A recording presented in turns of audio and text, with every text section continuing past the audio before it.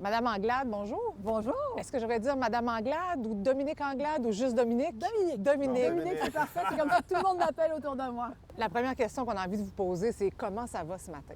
Ça va super bien. Ça va, j'ai pas dormi beaucoup, hein. J'ai dormi genre 4 heures, mais pleine d'énergie, envie de donner le meilleur de moi-même. Là, il reste encore quelques jours de campagne. Je pense que tout le monde s'entend pour dire que vous êtes super dynamique, souriante. On vous a même vu hier danser Ah ouais? avant le débat d'hier. Vous la puisez où, cette énergie-là? Moi, je pense que ça doit être dans mes gènes. Je bois pas de café. Je la puise dans ma volonté profonde de donner le meilleur de moi-même dans ce que je fais. Je suis passionnée par ce que je fais. Vous êtes très positive alors que les sondages laissent quand même présager une défaite cuisante. Ça vous décourage pas un peu, ça, des fois? Non, non, parce que je suis pas devenue chef de mon parti politique avec 3 enfants, puis en me disant « Ah, ça va être vraiment facile ce que je suis en train de faire. » Oui, mais là, c'est quand même très difficile. Non, mais c'est cette volonté, encore comme je disais, qui t'anime, qui te dit non, on va y aller, on va aller proposer les idées. Puis quand tu convaincs les gens, quand je regarde l'équipe aussi qu'on est allé chercher, je pense à des gens qui n'ont jamais été des libéraux. Il y en a qui n'ont jamais voté libéral de leur vie, puis qui sont avec nous aujourd'hui. Puis des gens qui ont toujours été libéraux, puis disent ah, finalement, je me reconnais là-dedans, je vois ce qu'on est en train d'opérer comme transformation. C'est emballant. Est-ce que vous ne pensez pas dans la volonté de renouveler le parti ou vous avez été un peu forcé de renouveler le parti avec tous ceux qui ont quitté? Est-ce que vous n'êtes pas éloigné un peu de ce qui était le Parti libéral et de ses forces également? Est-ce que, dans le fond, vous avez jeté le bébé avec l'eau du bain? Non, du tout. Du tout. Quand je dis que le monde évolue, la société évolue, au 21e siècle, là, la lutte au changement climatique, c'est l'enjeu du 21e siècle. De faire en sorte que toute ton économie, là, tout le volet économique soit orienté en fonction de ça, puis de combiner l'écologie et l'économie, c'est ultra moderne, c'est ultra libéral aussi. Historiquement, là, quand ça allait pas bien au Québec, les Québécois, qu'est-ce qu'ils faisaient? Ils se tournaient vers le Parti libéral parce que sa force, c'est la gestion, entre autres, de l'économie. Là, vous nous présentez un plan financier avec une méga erreur dedans, de milliards de dollars, et on n'a pas l'impression que vous avez, avec vous, quelqu'un de solide. Est-ce que je peux vous challenger là-dessus? J'ai passé 20 ans de ma vie dans le milieu des affaires. Oui, J'ai été ministre de l'économie. oui. OK? J'ai fait des transformations importantes Oui. là-dedans.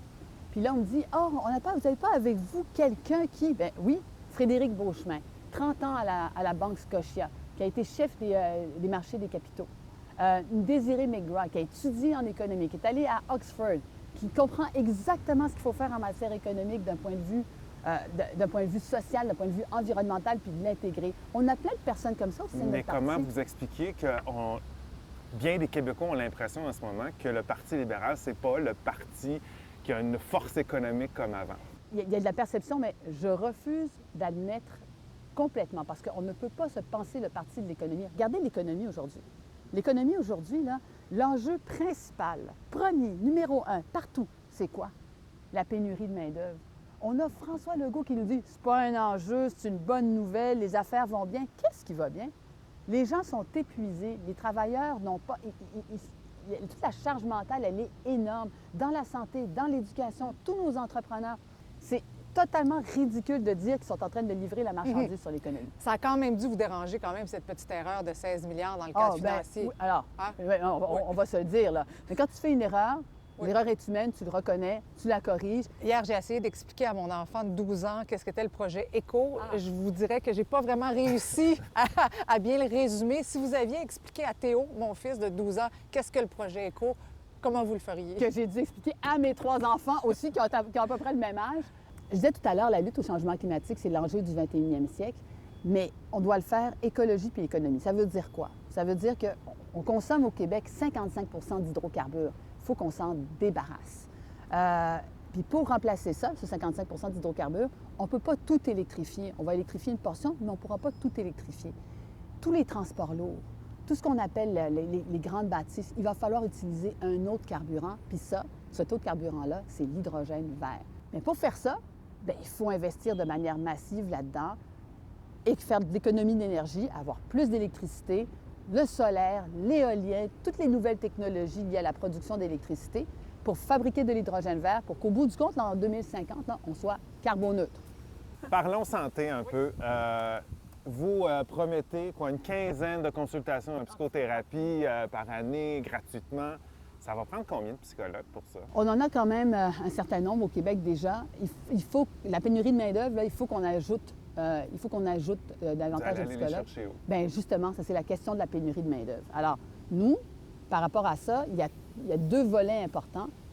Les personnes qui sont expérimentées, qu'on veut ramener sur le marché du travail, puis on a des mesures très spécifiques. On dit, vous avez 65 ans, vous voulez revenir, plutôt que de payer de l'impôt à partir de 15 000 vous allez en payer à partir de 30 000 pour véritablement avoir des incitatifs pour nos personnes expérimentées pour revenir sur le marché du travail.